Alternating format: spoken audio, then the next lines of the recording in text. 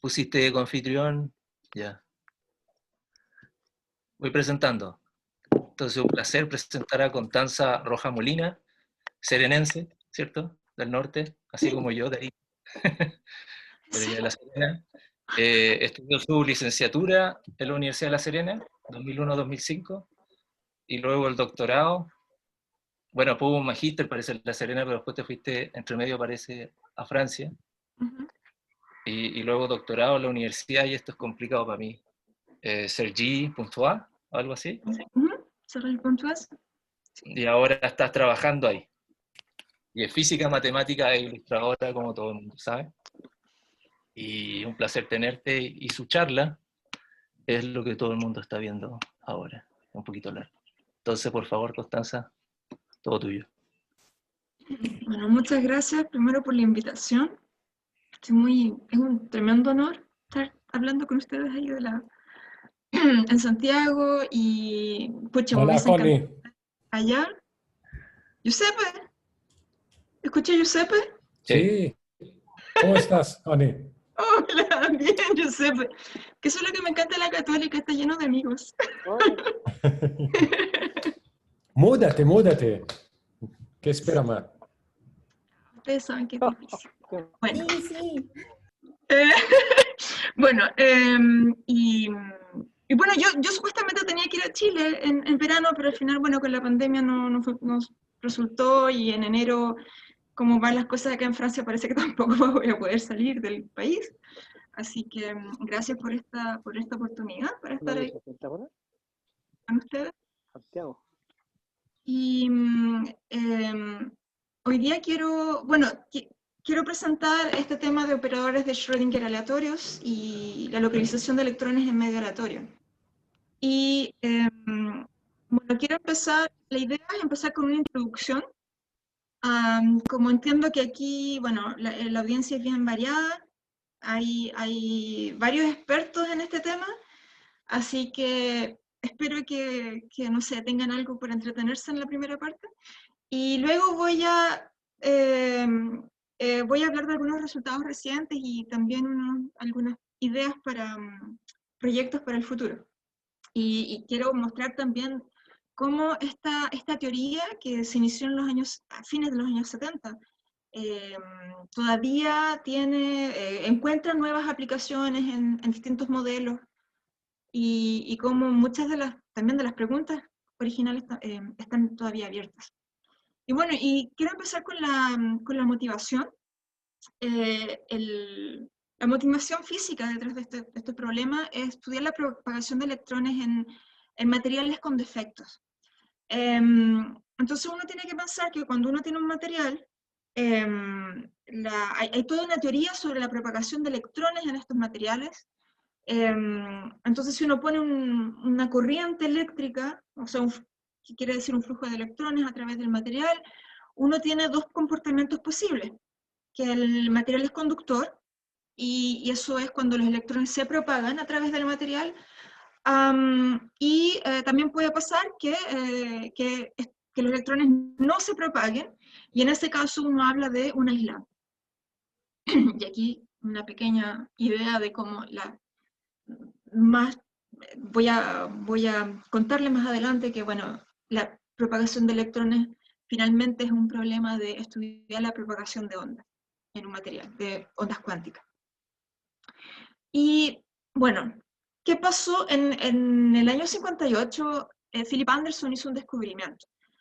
Él observó que cuando el material presenta impurezas o defectos, si uno espera que el material sea un conductor, pero hay impurezas, entonces el material se vuelve un aislante en un cierto rango de energías. Entonces, en este caso, por el solo hecho de haber defectos en el material ya no conduce y se convierte en un aislante.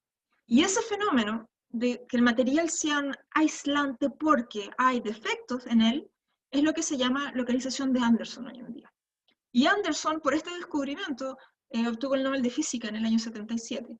Y es en ese año, bueno, a finales de los 70, que los matemáticos se empezaron a interesar por dar una descripción matemática de este fenómeno. Y bueno, entonces hagamos un pequeño paréntesis para ver cómo modelamos la propagación de electrones en un sólido.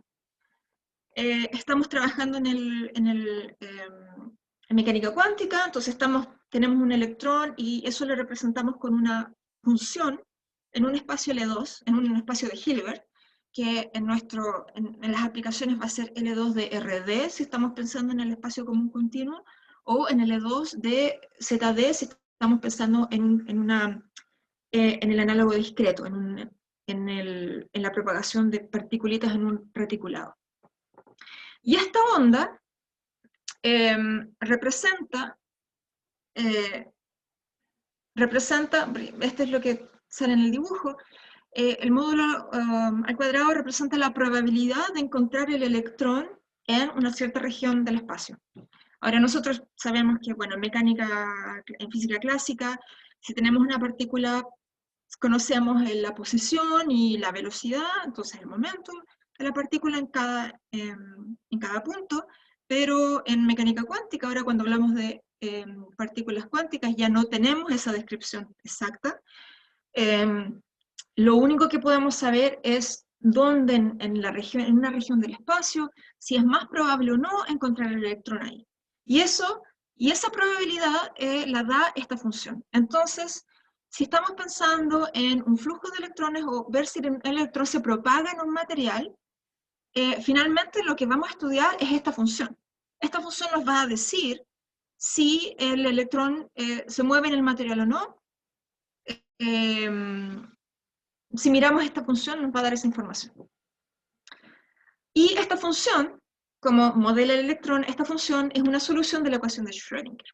Y esto es lo que describe la dinámica del electrón, o la dinámica de esta función. Esta es la ecuación de Schrödinger, acá, y aquí tenemos que la función, entonces si empezamos con un estado inicial, supongamos que es una función gaussiana, bonita, centrada en el cero, para fijar ideas. Aplicamos este operador que está acá, que es la exponencial de menos ITH. Este es un grupo unitario generado por este operador, este hamiltoniano H, y la acción de este operador en la función inicial nos va a dar cuál es el estado, cuál es la función a un tiempo t. Y este operador es lo que llamamos el operador de Schrödinger, que tiene dos componentes, menos laplaciano más un potencial. Y en este modelo, o sea, en este tipo de descripción de la dinámica de los electrones, estamos haciendo ciertas suposiciones. Este operador es de una partícula, así que todo lo que el electrón ve en el material está acá en el potencial V. El laplaciano nos dice cómo se propaga en el espacio, sí. Y también, bueno, como decía, es de una partícula, así que estamos ignorando interacciones entre los electrones. Y también pensamos que el material, o sea, nuestro sólido llena todo el espacio. Así que los problemas que tenemos son problemas en todo el espacio RD o Z. Y esto va a tener más sentido más adelante cuando vamos a hablar del fenómeno de localización. Bueno, esto es para modelar la propagación de electrones en un sólido. Ahora, ¿qué pasa cuando agregamos impurezas? Porque estamos tratando de describir lo que Anderson observó. Así que, ¿qué pasa cuando el material tiene defectos? Y, bueno, esto es, por ejemplo, una figura sobre si tuviésemos un cristal perfecto, tendríamos el mismo tipo de átomo en cada sitio del reticulado. Esta es una forma de describir un cristal. Pero cuando tenemos defectos, entonces quizás tenemos un átomo de otra especie que se coló en nuestro sólido, pero no sabemos exactamente dónde está. Podemos tener varias configuraciones posibles de estos defectos.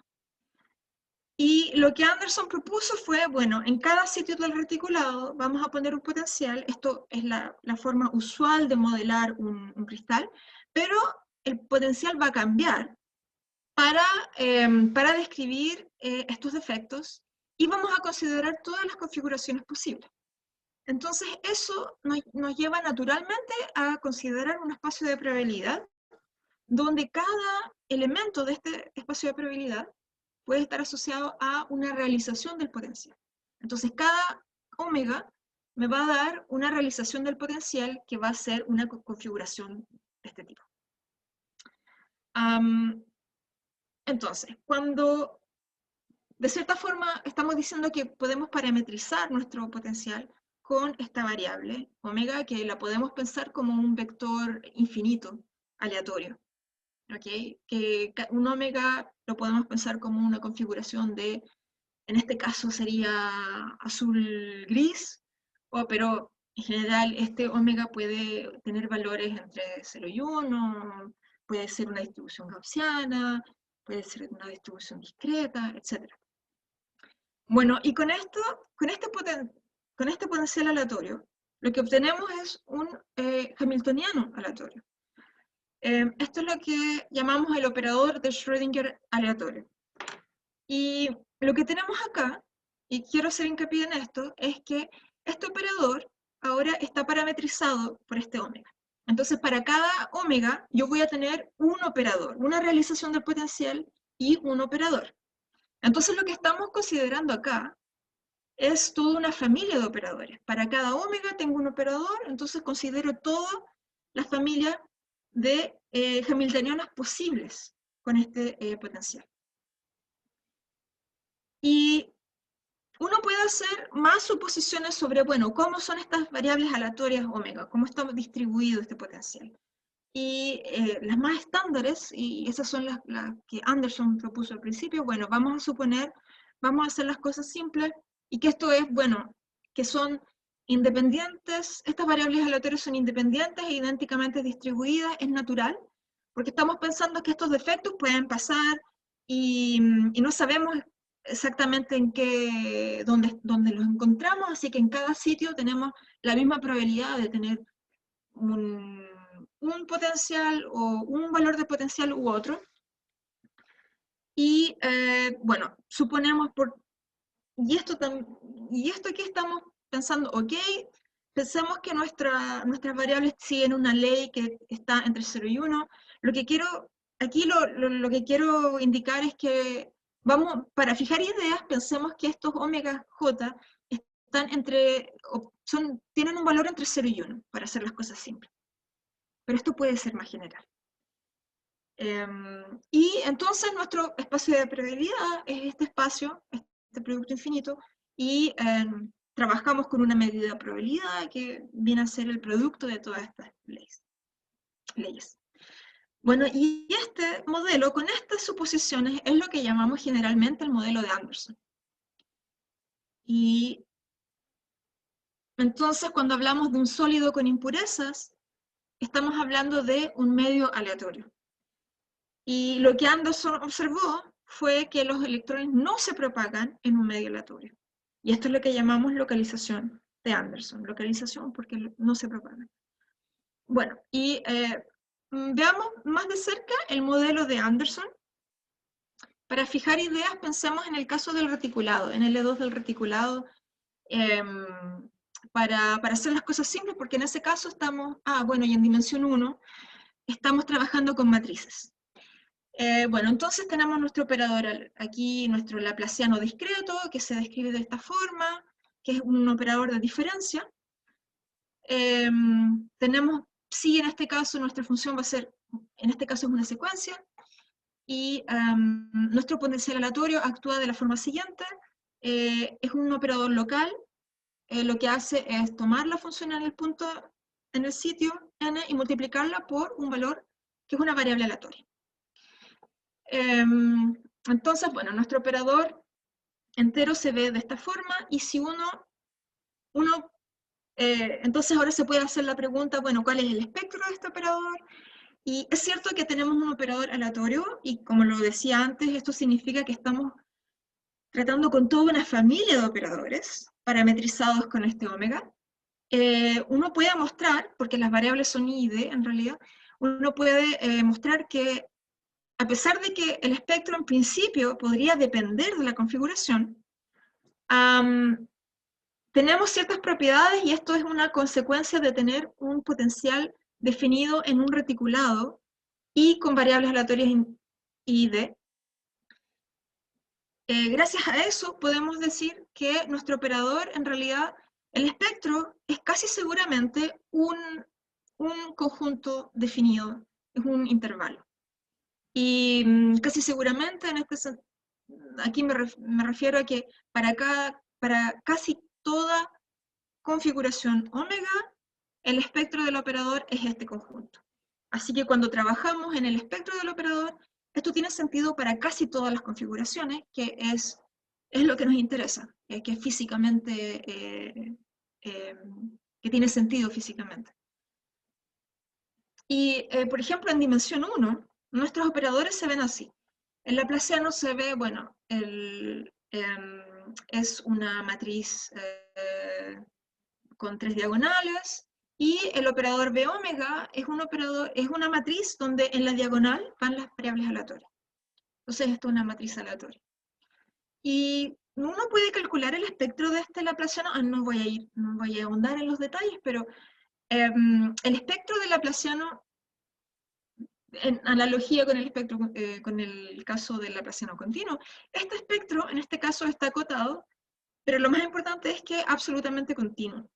Ahora, si ustedes recuerdan, ¿cuáles son, cuando tenemos el espectro, tenemos una medida espectral, y esa medida espectral se puede descomponer en una parte, de acuerdo con respecto a la medida de Lebesgue, se puede descomponer en una parte continua y una parte puramente puntual.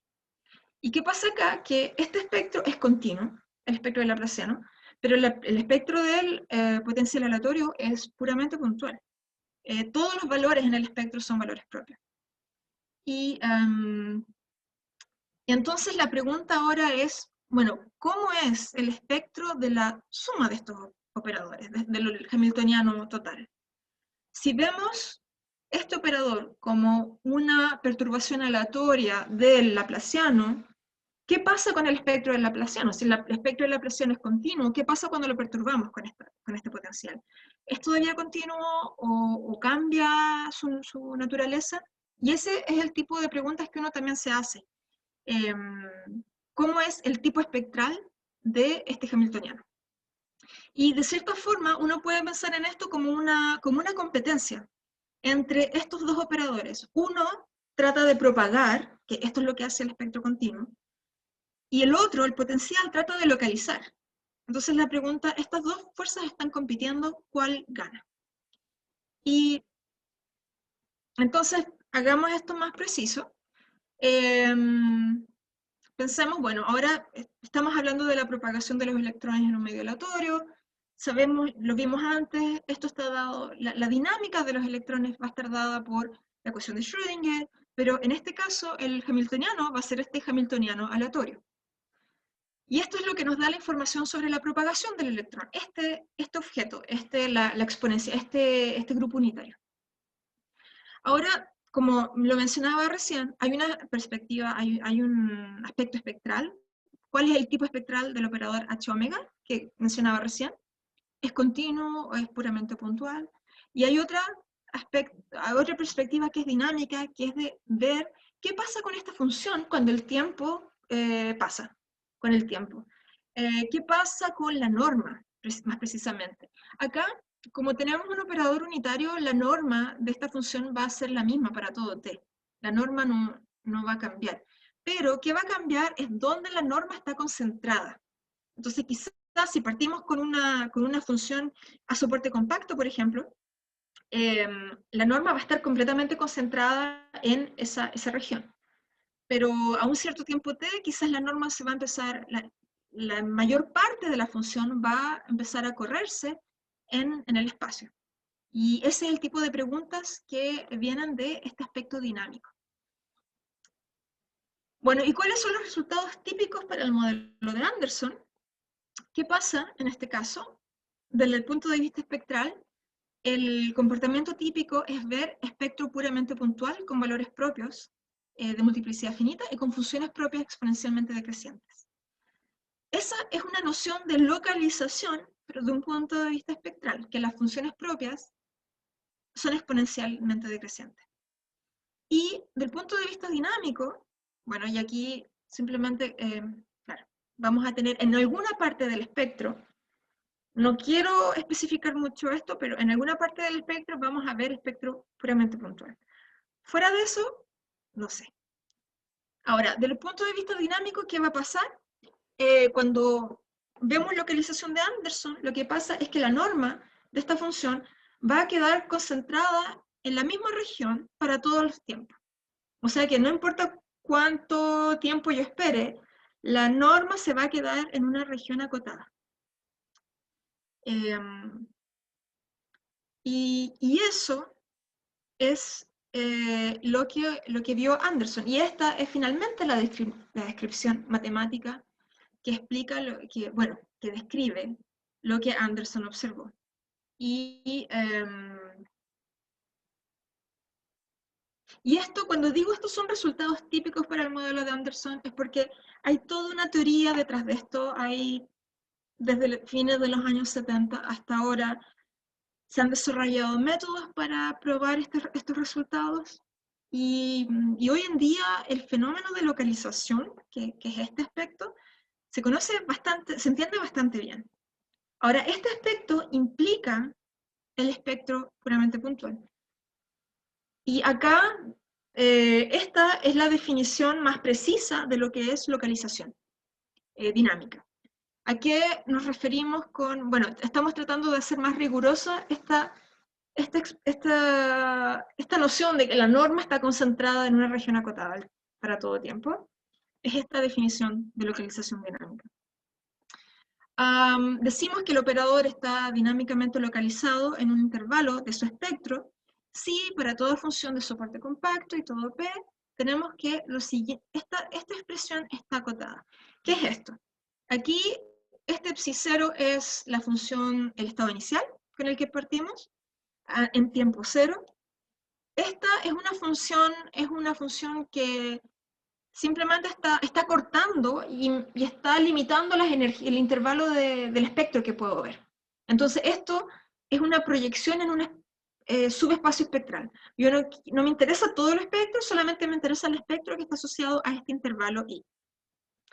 Y luego dejo evolucionar esta función. ¿Evolucionar? Sí. Dejo el tiempo correr y este operador actúa sobre esta función y luego a un cierto tiempo t voy a aplicar este otro operador acá que lo que hace es multiplicar por la variable del espacio. Entonces este operador, x mayúscula, lo único que es en realidad simplemente multiplicación por la norma de la coordenada de espacio x. Y está a una cierta potencia. Entonces, Y, Connie, ¿sí? ¿puedo hacerte una pregunta? Sí, por supuesto.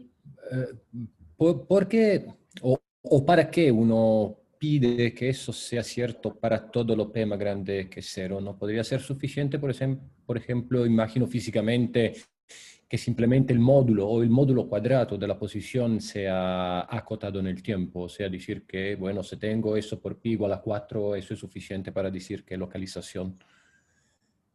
Sí, buen punto. Esta es una definición bien fuerte de localización. Lo que esto implica es que no hay transporte para nada. Porque si uno pidiera solamente esto para para P igual a 2, por ejemplo, o un P finito, lo que pasaría es que esta parte de acá, esta función, decaería lo suficiente para compensar por esta potencia, pero si tú lo multiplicaras si miraras otra potencia, ya tendrías propagación. Y lo que esto te está diciendo es que realmente no hay absolutamente nada de propagación. Otra forma de verlo. Si uno pide acá que esto sea válido solamente quizás para para P finito, aquí esta función bastaría con que decreciera polinomialmente, pero por un polinomio más grande que este. Eso sería suficiente, ¿cierto? Para Sí, compensar sí.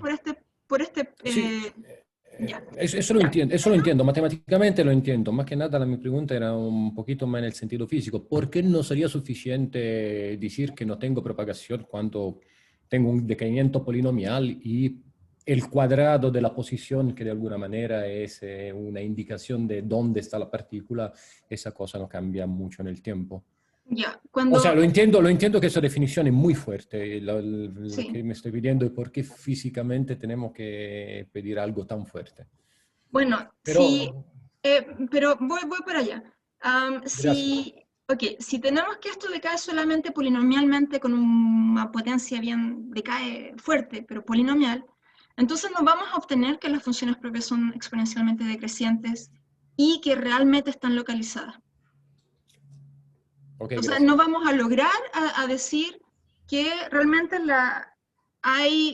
que están completamente localizadas y que eventualmente no hay transporte. Eso no lo vamos a poder decir. Ok, o sea, atrás de eso tú tienes la idea que localización significa que la función de onda tiene que ser exponencialmente localizada. O sea, Sí, ok. exponencialmente localizada y también que hay una cierta información sobre el centro de localización. Entonces, porque Ok. también uno podría tener funciones que son exponencialmente localizadas, pero imagínate que tienes varias. Entonces todavía quizás podrías tener un poco de propagación. Podrían resonar y podrías tener un poquito de propagación. Y eso, por ejemplo, si tienes un valor propio y tienes varias funciones propias y todas son exponencialmente decrecientes, pero no es tan real, pero no hay una relación no hay información sobre el centro de localización. Podrías tener que en ese punto todavía hay transporte. Que tienes un Perfecto. valor propio, pero que todavía tienes transporte. De Y acuerdo, muchas gracias. eso es justamente lo que hay que evitar. Ya. Y claro, y justamente de aquí, esta es una definición bien fuerte de localización y en ese sentido es completamente tajante. Con esta definición de localización no hay nada de transporte electrónico. Y hay formas hay formas de calcular el transporte electrónico y esto se asegura que con esto no hay. Y en particular porque esta función, como decía antes, esta función tiene que compensar, para que todo esto esté acotado, esta función tiene que compensar por este polinomio. Entonces, y si tiene que compensar por todo polinomio, entonces tiene que ser una exponencial. Tiene que decrecer exponencialmente. Ok, entonces tenemos localización dinámica, implica en particular que tenemos espectro puramente puntual y con funciones propias exponencialmente decrecientes. Entonces es una definición más fuerte. Y de ahora en adelante, cuando hablo de localización me refiero a esto. Con esto es con lo que trabajamos. Ahora, ¿qué pasa cuando no hay localización? Ahí tenemos, cuando no podemos probar, o sea, cuando esto no es cierto, hablamos de deslocalización dinámica. Ahora, yo no sé si deslocalización es la palabra que se usa, pero es lo único que se me ocurrió. Y en este caso la función se propaga en el espacio, entonces esta expresión ya no está acotada para todo t, y tenemos un espectro que es continuo, en términos espectrales. Y bueno, hay una conjetura, que esto está abierto, que hay una conjetura que en dimensión más grande 3 o mayor, hay una transición, que en el espectro del operador hay estados, en el espectro de este modelo de Anderson, en el fondo del espectro hay estados localizados, aquí hay localización dinámica, pero más arriba en el espectro, más allá, hay deslocalización. O sea que el potencial aleatorio domina en esta parte, pero en esta parte es el laplaciano el que domina. Y esta es una conjetura. Y esta conjetura está también motivada por el comportamiento de las marchas aleatorias, que si me alcanza el tiempo voy a mencionarlo más adelante.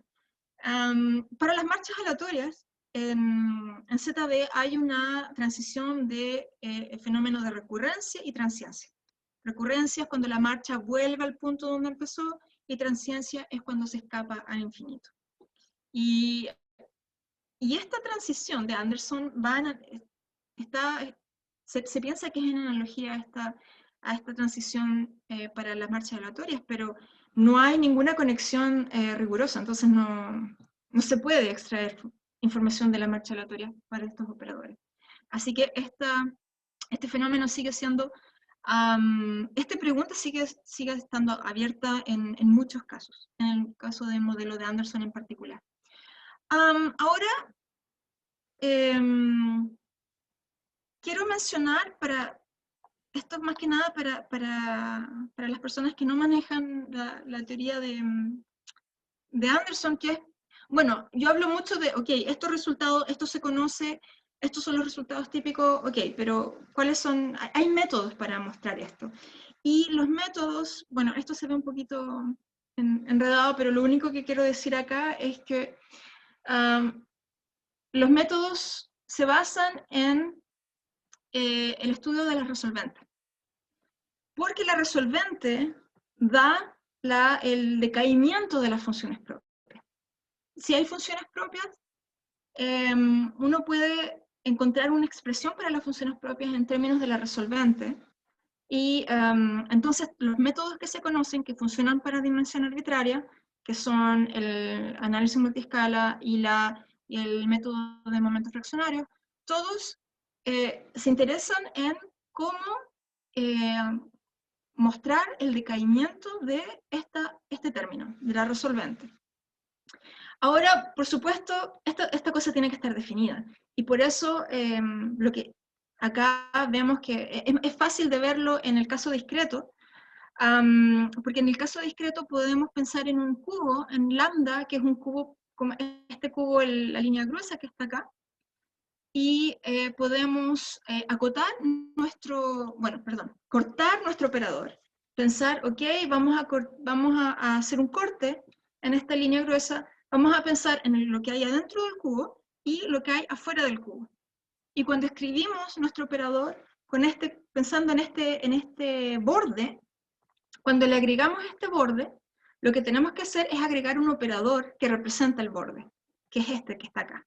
Entonces tenemos una suma de el operador que actúa dentro de la caja, aquí, la parte del operador que actúa afuera de la caja, pero recordemos que tenemos el laplaciano, y el laplaciano está conectando sitios vecinos, entonces también hay unas conexiones entre el interior y el exterior, que son estas dos líneas, y toda esa información va a estar en este operador de borde.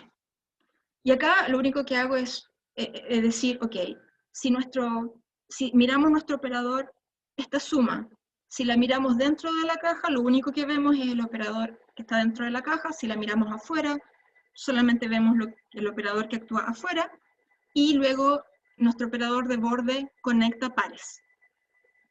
Bueno, cuando lo escribimos de esta forma, escribimos nuestra función así. Esta es nuestra ecuación de valor propio, la fórmula de valor propio. Si E es un valor propio, deberíamos tener eso.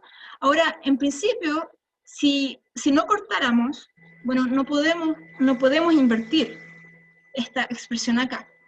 Pero como le sacamos un borde al dominio, ahora podemos invertir, y cuando invertimos, de aquí obtenemos esta expresión que es la resolvente. Ahora, recuerden que esto es un operador aleatorio, y acá este valor E que está en el espectro está fijo.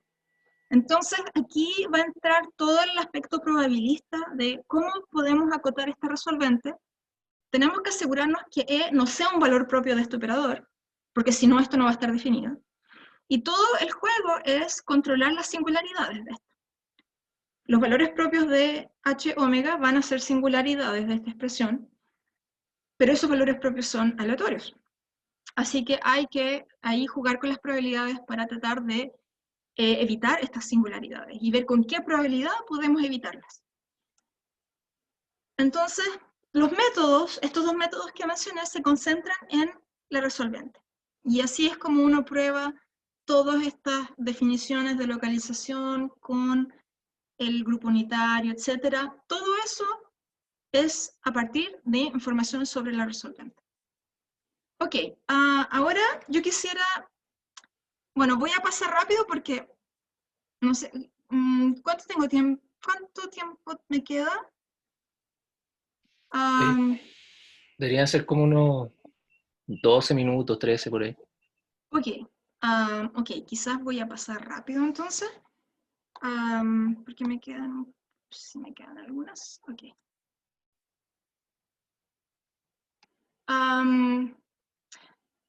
Una pregunta que uno se puede hacer, ¿es la localización un fenómeno robusto? Y esto nace porque, bueno, la teoría está muy bien desarrollada para el modelo de Anderson, se conocen varios métodos, uno continúa a desarrollar métodos para mostrar localización. Y siempre que hay desorden, uno espera localización. También uno podría hablar de la pregunta si la localización es un fenómeno universal. Si apenas hay desorden, uno tiene localización. Y en general, eso es cierto, en la mayoría de los casos. Y una de las cosas en las que yo me interesé era ver, bueno, ¿qué pasa si cambiamos la estructura del reticulado? Si esta estructura se pierde, si todavía vemos estos fenómenos de localización. Ya que esto, como les mencioné antes, esto uno usa que el potencial está definido sobre un reticulado, y uno usa que las variables son idénticamente distribuidas, etc. Entonces, una forma de cambiar esto es considerar un conjunto más general para definir el potencial, que en este caso uno puede considerar un conjunto de Delaunay. Y hay una motivación detrás de esto, pero solamente para concentrarme en esta pregunta, ¿qué pasa si en vez de considerar el reticulado uno considera un conjunto de Delaunay? El conjunto de Delaunay es una generalización del reticulado, es un conjunto de puntos en el espacio, donde los puntos no se acumulan, entonces siempre hay una distancia mínima entre ellos, y los vacíos que hay acá también siempre están acotados.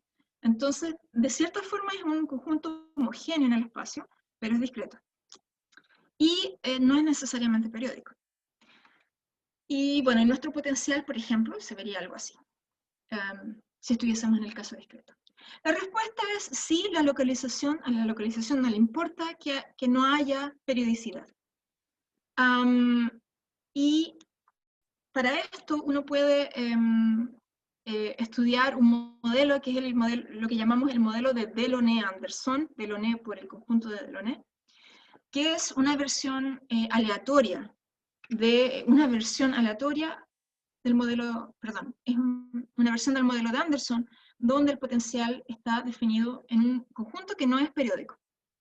Ahora, eso trae varias dificultades en la teoría. Hola, Connie. Para entender, ¿el conjunto es fijo y la parte aleatoria es simplemente los valores que pueden tener el potencial en los sitios del Delaunay, o también el Delaunay por sí mismo es aleatorio? En este caso está fijo. Ok, En gracias. este caso está fijo. Está fijo y lo que uno obtiene es que, bueno, la parte de localización todavía se puede hacer, no importa que haya falta de traslación. Las constantes obviamente van a depender de los parámetros acá de este conjunto. Si la distancia es más chica, el intervalo de localización donde podemos mostrar esto cambia. Disculpa la pregunta, ¿es cierto que en el caso de Delaunay es necesario la parte aleatoria para tener localización? ¿No sería suficiente un Delaunay así fijo, determinístico, para tener localización? Voy a responder esa pregunta. Gracias. En la próxima slide. Y qué bueno que la preguntaste, porque sí, tengo una respuesta para eso. Bueno, este modelo de Anderson lo he estudiado con varios colaboradores, esto es lo que estudié en mi tesis, y trabajamos harto con Peter Müller, François Laminet, trabajamos harto en estos modelos. Y ahora justamente, y una de las motivaciones para ver este modelo era justamente lo que acaba de preguntar Giuseppe. Bueno, ¿qué pasa si pensamos solamente en el conjunto de Delaunay? Y eso es lo que tenemos acá, que es si pensamos solamente en el conjunto de Delaunay, esto es interesante porque los conjuntos de Delaunay se usan para modelar cuasicristales, que son otro tipo de material que se encuentra en la naturaleza.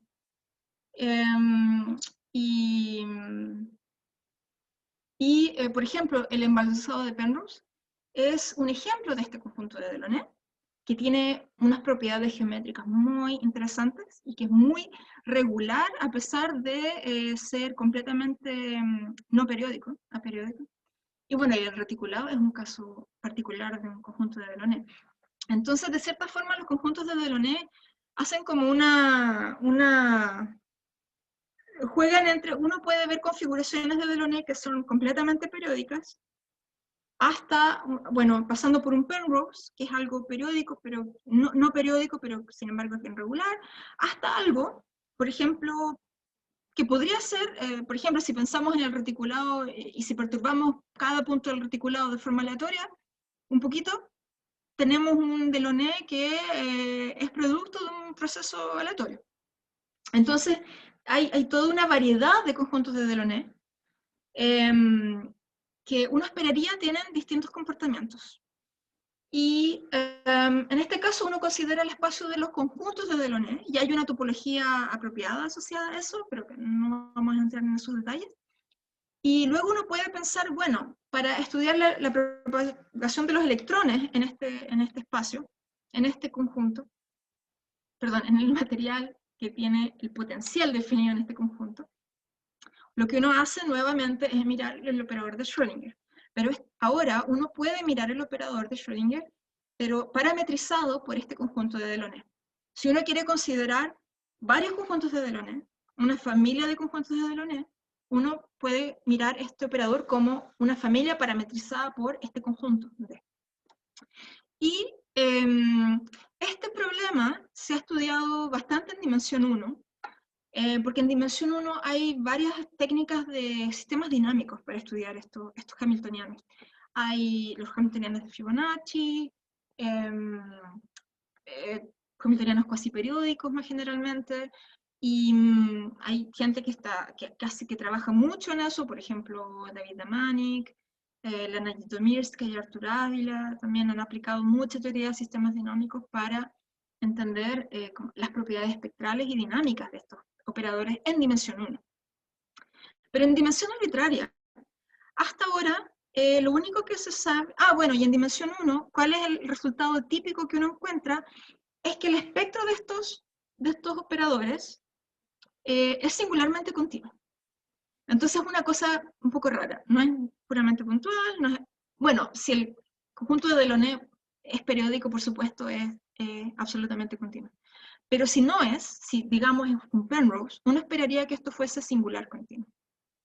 Ahora, ¿qué pasa? Y esto es lo que hicimos con Peter Müller, fue que consideramos ahora el operador como parametrizado por D, y lo que logramos decir es que hay conjuntos de Delaunay que también tienen un espectro, que tienen localización, y que además son densos. Entonces, hay muchos conjuntos de Delaunay. En el espacio de todos los conjuntos de Delaunay, hay muchos conjuntos de Delaunay que tienen, que muestran este fenómeno de localización, y en particular tienen un espectro puramente puntual. Entonces, que de cierta forma da una visión complementaria del resultado usual, que es que se espera espectros singularmente continuos.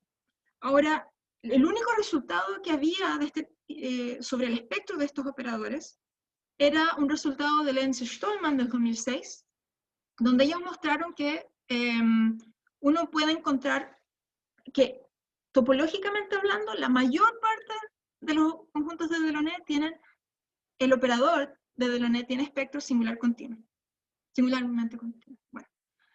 Y lo que agregamos, la información que agregamos nosotros con Peter fue decir, ok, pero también hay muchos operadores, y los conjuntos de Delaunay que están asociados a ellos son densos en este espacio, que también muestran localización.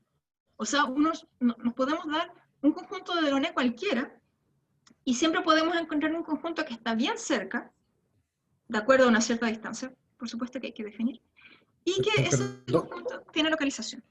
¿Sí? ¿Puedo hacer otra pregunta, Connie? Lo sé que me vas a odiar al final de la charla. No, está bien. Esa es una densidad de tipo topológico, o sea, tú dices hay mucho, pero es distinto Sí. que decir que con respecto a una medida, que algo que define qué significa mucho, no mucho. Sí, en este mucho, no es mucho, problema o sea, es un aspecto topológico. O sea, Q es denso en R, pero no son muchos los números Sí. discretos. Entonces, en ese sentido, que se entiende claramente, ese resultado puede tener un levantamiento, alguna, decimos, implicación en términos de alguna medida que uno puede siempre poner en el conjunto de Delaunay para decir que verdaderamente son muchos. No lo hemos podido, podido expresar en términos de una medida, y de hecho, no en términos de una medida. El resultado de Lenz-Stallman es topológicamente, es bien fuerte, porque dice topológicamente para casi todo conjunto de Delaunay el espectro es singular continuo.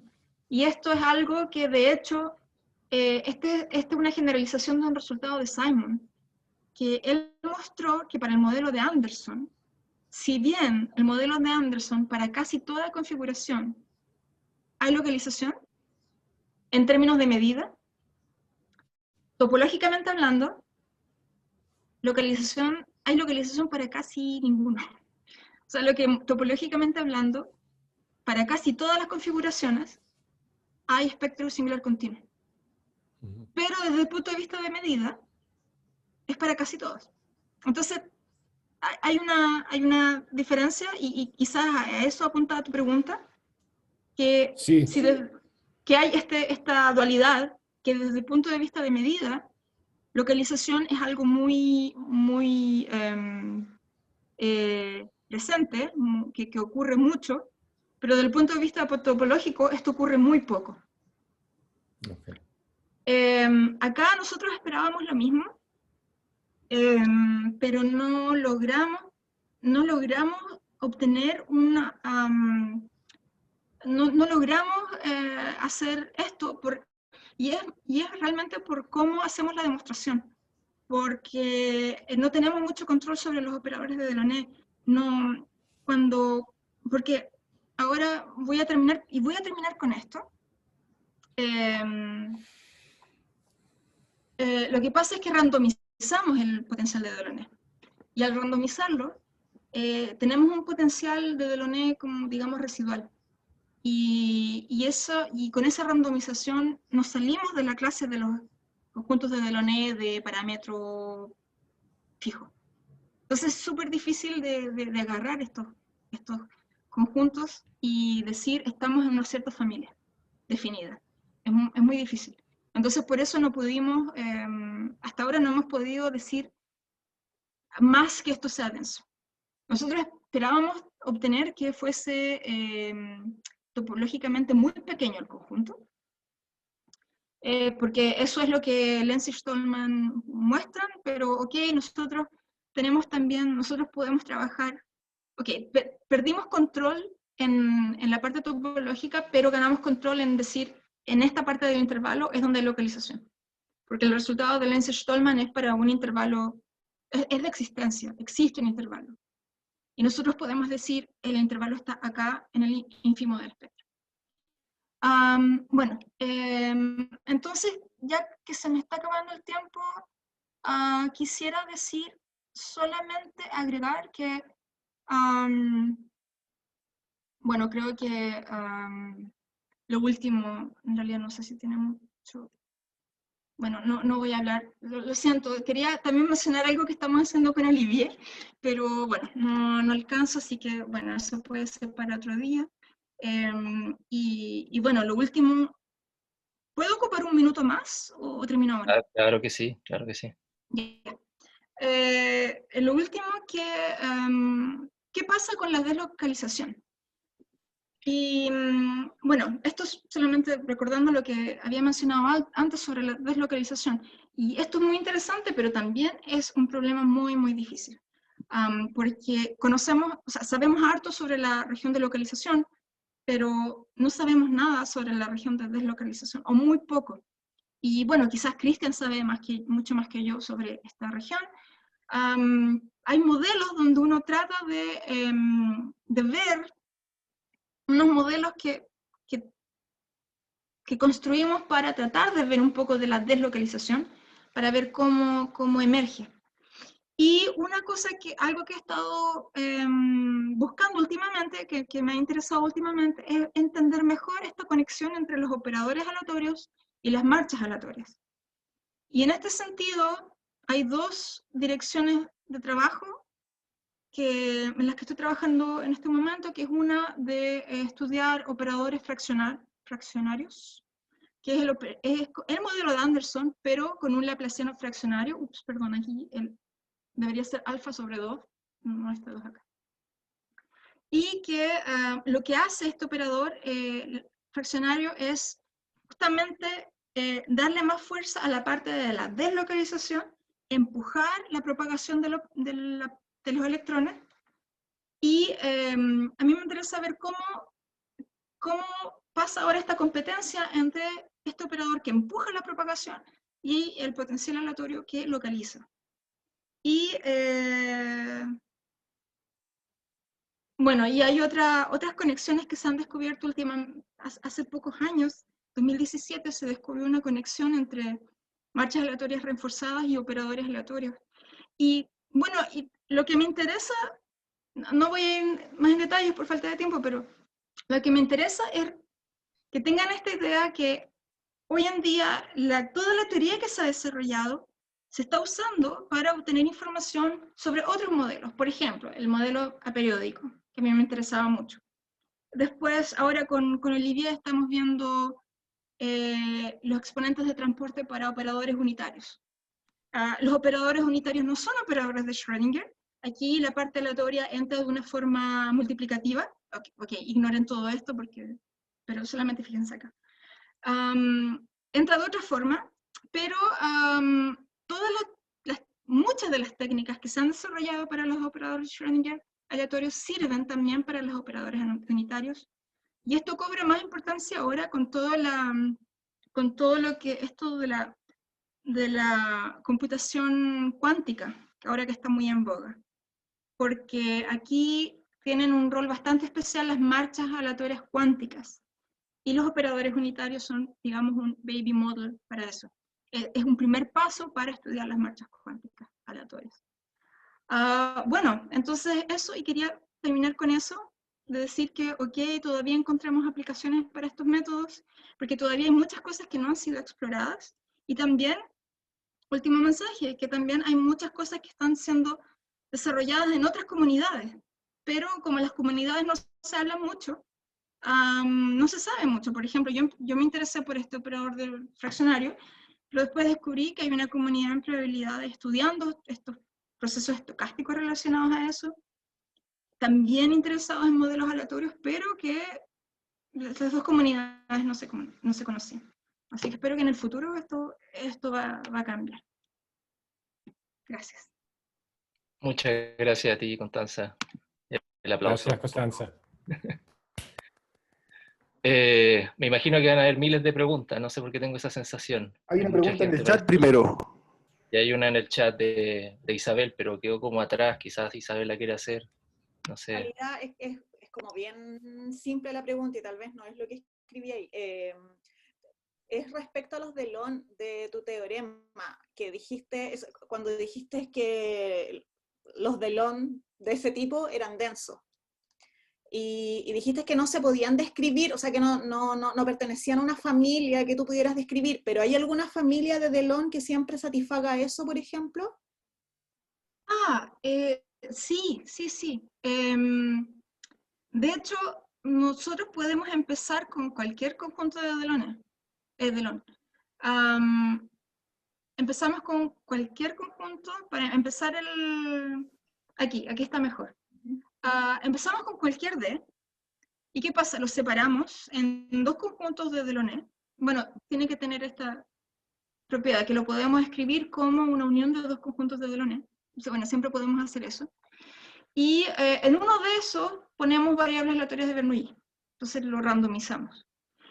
Y ¿cuál va a ser la familia de conjuntos de Delaunay que va a converger a D? Va a ser una familia extraída de estas uniones, de estas configuraciones de los operadores, del conjunto de Delaunay, porque piensa que estamos poniendo variables aleatorias de Bernoulli. Entonces estamos sacando puntos del conjunto de Delaunay de forma aleatoria. Y cada configuración va a ser todavía un conjunto de Delaunay, pero van a ser todos distintos. Y lo que obtenemos nosotros, el resultado que tenemos, es que de esta familia de conjuntos de Delaunay, podemos extraer una secuencia que converge al conjunto de Delaunay original. Porque simplemente es una familia que se obtiene dejando todos los puntos ahí. Sí, Y eso se puede... Pero, por ejemplo, o sea, en ese conjunto denso, tú podrías decir, por ejemplo, que, no sé, que todos los Delon que tienen ciertas características, no sé, por decir cualquier cosa, repetitivos, están ahí, por ejemplo. O no sé, estos que se obtienen así como Cutting Project, están ahí. No sé. Todos, o sea, esos... O sea, no los que se aproximan, no los que se aproximan, yo digo los que están en el conjunto denso, los que sirven para aproximar. Ok, ya. No tenemos esa información.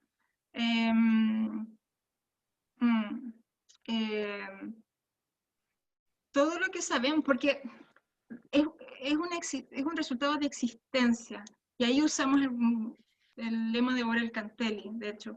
Y lo que nos dice, o sea, qué es lo que sabemos de estos conjuntos, es que se ven como el conjunto original que se repiten, pero no sabemos si se repiten de forma...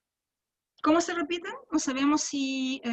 sabemos que estos patrones se tienen que repetir, pero no sabemos si se repiten en todas las direcciones.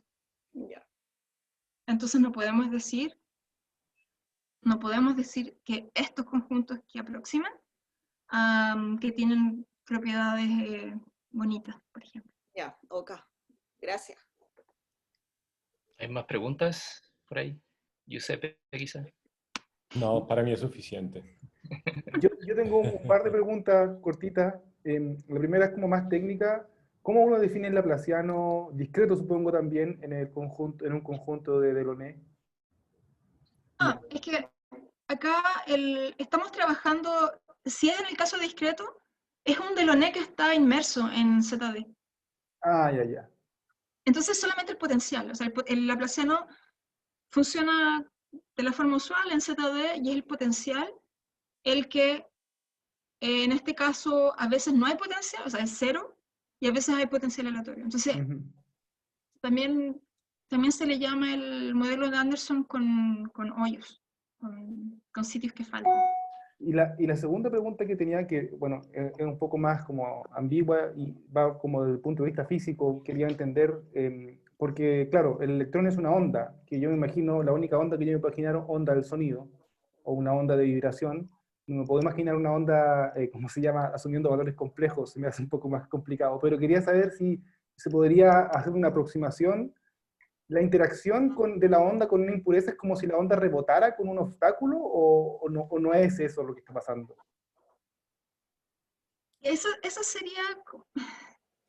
Sí, ahora, a ver, eso es como más es como una visión más física. Yo no quiero decir una tontera, pero es lo que uno se imagina. Ahora, si fuese una onda clásica, uno esperaría eso. Pero como es un electrón, inclusive si uno tiene un obstáculo, uno esperaría que el electrón también puede hacer tunneling, puede pasar del otro lado. Entonces hay quizás hay una parte que se refleja y otra parte que pasa. Y lo que pasa en la localización de Anderson es justamente que esto no pasa. Entonces que sí se reflejan, quizás se podría decir así, que sí se refleja completamente, pero no sé, no sabría explicarlo en esos términos, es como muy intuitivo. Así que, uno dice que la localización de Anderson es como la ausencia de tunneling. Pero a nivel promedio. O sea, uno utiliza el hecho que hay muchos de esos centros de scattering y macroscópicamente el tunneling al infinito va a cero. O sea, casi todo el electrón se queda en el bulk del sistema.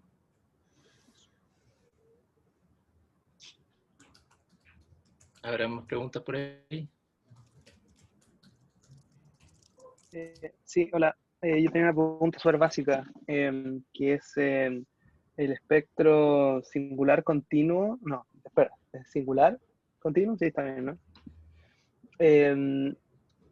¿Cuál es la relación con respecto a localización de localización? Porque habías dicho que espectro absolutamente continuo se relacionaba como con disipación, con deslocalización bueno, eso. Espero que se haya entendido como físicamente, como a qué corresponde, o es algo entre medio. No sé. Claro. Con esta definición de localización, el espectro singular continuo, o sea, todo el espectro continuo estaría en la parte de deslocalización. Y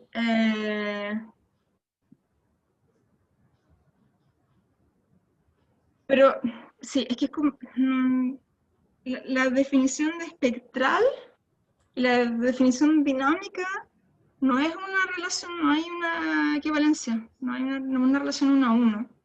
Porque uno puede tener espectro puntual, pero todavía tener transporte, entonces no sería localización dinámica. Pero quizás puedo responder tu pregunta de la forma siguiente, que el espectro puntual, ¿qué es lo que uno espera? El espectro puntual, si es simpático, estaría relacionado con la localización. Entonces los electrones no se propagan. En la parte de la deslocalización, es todo lo que queda, entonces sería espectro continuo, absolutamente continuo y singular continuo. Uno espera que en la parte absolutamente continua hay propagación, y hay propagación, en dimensión 1, por ejemplo, tendría que ser balística. Pero la propagación, la mayor propagación posible. Y la parte singular continua estaría asociada a una propagación que es más lenta, y que es lo que uno llama el transporte anómalo. No sé si en español, Giuseppe, ayúdame, no sé si en español se dice así. Yo creo que está perfecto. Transporte anómalo, Y tampoco puedes pedir a un italiano de traducirte en castellano, en chileno. No, yo creo que está bien. Claro, entonces hay transporte, uno espera que con este espectro singular, en este espectro singular continuo hay este transporte anómalo, que es una difusión, o sea que esta cantidad aquí se propaga, pero no se propaga no tan rápido. Y solamente para fijar un poquito más las ideas, de hecho uno puede medir cómo hay un exponente de transporte que mide cómo se propaga esta expresión. La definición de localización, si uno la aplica acá, dice que esta cantidad está acotada uniformemente en T, entonces este exponente sería 0, porque aquí esto se integraría, se iría a la integral. Entonces la localización dinámica está asociada con transporte 0. Ahora, la parte de deslocalización, este es un resultado que se probó en 2007, en la parte de deslocalización, este exponente de transporte tiene que ser más grande con una cierta constante, y puede ir hasta 1.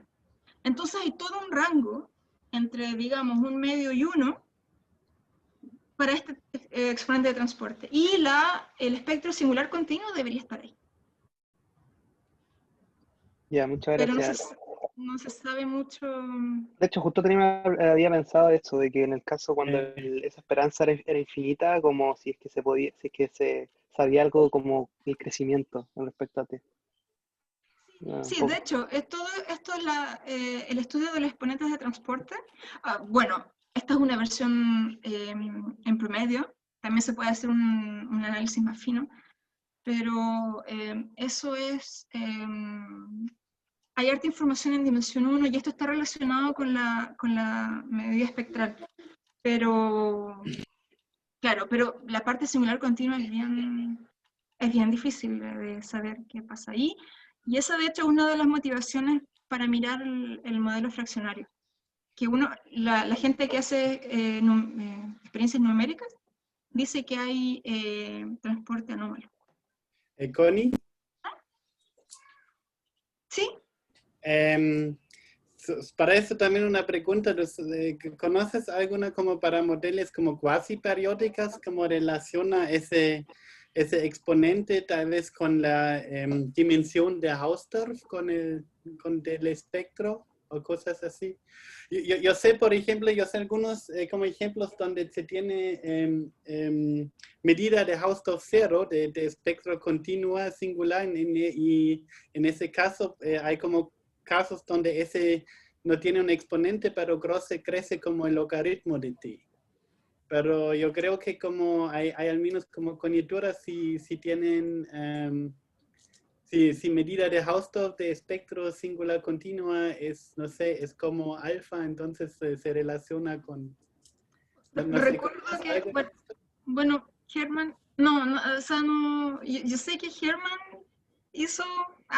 no sé, trabajó mucho en eso, y que David Damanik también miraron esos problemas, pero no me he fijado más allá, porque generalmente lo hacen en dimensión 1, que trabajan con matrices de Jacobi o matrices en B. Yo generalmente siempre me he interesado más por la dimensión arbitraria, pero no conozco más ejemplos de eso. Encuentro súper interesante, me gustaría ver eso en el futuro. Encuentro muy interesante eso de los exponentes de transporte. ¿Puedo preguntarte algo, Connie, si no hay otras preguntas? Muchos de los resultados clásicos que contaste al comienzo de tu charla son válidos bajo la asunción de una medida ergódica en el conjunto, decimos, de la configuración del sistema.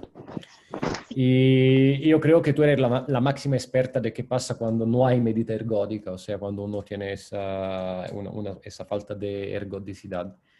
Lo que quiero preguntarte son dos cosas. Uno, si hay buenas motivaciones para creer que por sistema físico no es la buena hipótesis pensar en medida ergónica y pensar en medidas más generales. Y si en tu trabajo con Peter acerca de los conjuntos de Delaunay, ya que usted trapasan el problema o un problema de tipo random, ¿están utilizando ergodicidad o no? Ya, voy a partir con la segunda. La ergodicidad es necesaria no para la localización, sino para todo lo que es las propiedades del espectro, casi seguramente, o sea, del espectro determinista. Sí. Y de hecho, uno podría, si uno tuviese solamente el laplaciano, más un potencial aleatorio, uno podría inclusive uno podría quizá evitar el problema de la ergodicidad. Pero es realmente algo que va en la propiedad ergódica del operador, o sea, con eso me refiero a que el espectro es determinista. Y eso es importante, porque si el espectro no es determinista, uno podría estar trabajando con un operador donde el espectro cambia, y quizás podría estar trabajando ahí donde no hay espectro. Entonces te tienes que asegurar que hay espectro donde estás trabajando, y eso te lo asegura la ergodicidad. Y la otra cosa es que con ergodicidad uno puede definir la densidad de estado integrada, que es un ingrediente para las pruebas de localización. Entonces es bueno tenerla. Ahora, yo trabajé harto con tratar de... ¿Qué pasa si no tenemos la densidad de estado integrada? Pero es muy bueno tenerla. Y también se usa como bueno, yo decía que la localización no depende de la ergodicidad. Si puedes probar todas las estimaciones que necesitas sin usar la densidad de estado, estamos bien. Pero la densidad de estado se usa también como un ingrediente. Y ahí es donde necesitas ergodicidad. Y sí, entonces para ese aspecto sí se necesita ergodicidad. Sí, es difícil zafarse de eso. Ahora, sobre el aspecto dinámico de los conjuntos de Loné, de nuevo, sí necesitábamos usar el sistema dinámico asociado al conjunto de Delaunay. Lo necesitamos para, de nuevo, mostrar que hay un espectro determinista y para mostrar que hay una densidad de estados integrados. Para eso lo necesitamos. Y creo que, y cuando no hay eso, o sea, cuando tienes un conjunto de Delaunay que donde no tienes una medida única de ese tipo, pasan cosas raras. Por ejemplo, cuando tratas de calcular tu densidad de estado integrada no tiene límite o converge de cosas distintas. Entonces, yo creo que es algo natural. Bueno, aquí María Isabel es experta en sistemas dinámicos de Delaunay, así que ella quizás puede decir si es natural físicamente o no. Físicamente no sé. Físicamente no sé. Pero sí, o sea, pedir repetitividad y esas cosas. O sea, se pueden hacer muchas cosas con repetitividad. Puedo construir delones o sea, porque generalmente ahí en ese contexto lo que uno mira es las traslaciones, tomarle la cerradura respecto a la topología, que me imagino que es la que usaste ahí, y ahí obtienes un sistema dinámico, y ese sistema dinámico usualmente lo puedes obtener con las propiedades que se te ocurran. O sea, en términos de medidas, por ejemplo, entropía, etc. Sí, pero también en esa situación, Isa, tú tienes un conjunto que es topológico y un espacio que soporta muchas medidas y no necesariamente solo medidas ergódicas. No, de hecho, si tienes más de una ergódica, tienes muchas que no lo son.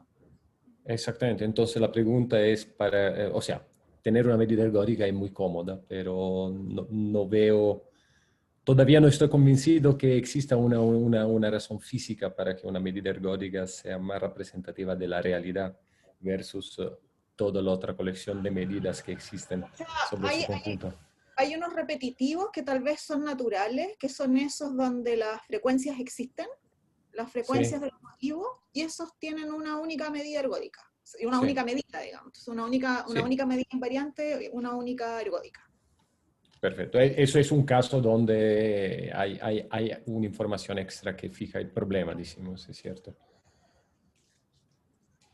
Para nosotros, por ejemplo, cuando uno mira la densidad de estado integrada, que es algo que, bueno, la densidad de estado es algo que los físicos miran, que es como calculan lo que observan del espectro, es importante tener una sola, una medida ergódica. Y por ejemplo, si uno mira un ejemplo en un conjunto de Delaunay donde no hay esta repetitividad, puedes tener dos límites distintos para tu densidad de estado. Y eso no es bueno. Porque entonces, ¿cuál deberías mirar? Entonces como que no está bien definido el problema. Bueno, sabes, pero eso es muy relacionado a cómo se hace una medida, porque hacer lo que tú llamas justamente la densidad de estado es hacer una media termodinámica, o sea, tú fijas una jaca, haces un cálculo de la estadística de los puntos espectrales, haces el cociente por el volumen de la jaca que elige y manda eso a infinito, pero tú puedes hacer eso en muchas formas distintas. una medida ergótica dice que efectivamente su cálculo no va a depender de cómo tú eliges tu partición del espacio. Pero uno puede fácilmente imaginar sistema físico donde es importante si uno lo está haciendo con cuadrado o con círculos o con cuadrado con proporciones distintas. Ese es un punto que en este caso, en el caso de la localización, es importante que estás trabajando con cosas que, donde, por ejemplo, el borde de tus independientes, si trabajas con cajas, polígonos, esferas, lo que Ajá. sea, que el borde es más pequeño que el volumen. Sí, Eso es importante. Necesitas una Fanoven. secuencia de Van Hover. Sí. O sea, en los grafos las cosas pasan cosas raras. En el árbol, bueno, Cristian sabe, en el árbol pasan cosas raras. Porque justamente no hay eso. El borde es más grande que lo que hay dentro. Entonces, sí, está. Entonces, a mí me parece algo importante y que me parece natural que hay una sola medida y que no importa cómo aproximamos, estamos en que no, el resultado no debería depender de cómo aproximamos el objeto. No debería depender de eso. Entonces, si depende, está como mal definido el problema, no sé. Pero buena pregunta. So, tal vez un comentario para esa pregunta de Giuseppe. Yo creo que también como en la comunidad de física he visto como están viendo más y más modelos en grafos y acá hay bastante que no son como ergóticos. Y comentario para de que dije Constanza, con el espectro casi segura, para el espectro absolutamente continuo y el espectro esencial que te rescata a veces es como cosas como ley 01 de Kolmogorov. Si tienen como variables independientes, no necesitan ser IID. Típicamente espectro absolutamente continuo y espectro esencial es como independiente de como valores finitos, ¿sí? Así como solo depende de cola, es casi seguramente constante, pero con el puro punto y singular continua tienen el problema que eso se puede cambiar. De hecho, como one rank perturbation puede hacer eso. Hay como cosas sobre esto. Pero como hay ergodicidad, para algunas preguntas no es tan necesario, pero pero para la relevancia en física como para modelos de realidad no sé exactamente qué relevancia tienen exactamente, pero yo sé esos grafos que creo que a veces también ven como para modelar cosas como quantum dots o partes así. Bueno. En los árboles pasan cosas súper raras. O sea, hay espectro absolutamente continuo y hay Lipschitz tales. Sí. Sí. Es como súper raro. Bueno, no sé. Es porque la dimensión es infinito en algún sentido, pero... Creo que nunca habían habido tantas preguntas en el coloquio. Y acá es que ustedes realmente son privilegiados. O sea, yo los envidio realmente porque ustedes estaban allá y donde está todo este tremendo grupo haciendo física matemática, teoría de operadores aleatorios, teoría espectral. O sea, es un sueño estar ahí. Y tienen todos estos expertos ahí, si tienen cualquier pregunta, ustedes tienen ahí un montón de gente para preguntar. No tengo entendido que ellos tienen un seminario, ¿no? Toda la semana. Supongo que se discute harto. Es así, ¿no? Sí. Yo creo menos que en el coloquio. Ajá. Porque creo también que eso es mérito del speaker, que hizo una charla súper buena, súper entretenida, súper interesante. Entonces aprovechamos de agradecerle de nuevo. Otro aplauso. Sí. Gracias. Y que hice el esfuerzo de escribirlo en español, por favor. Noten ahí, todos los acentos estaban.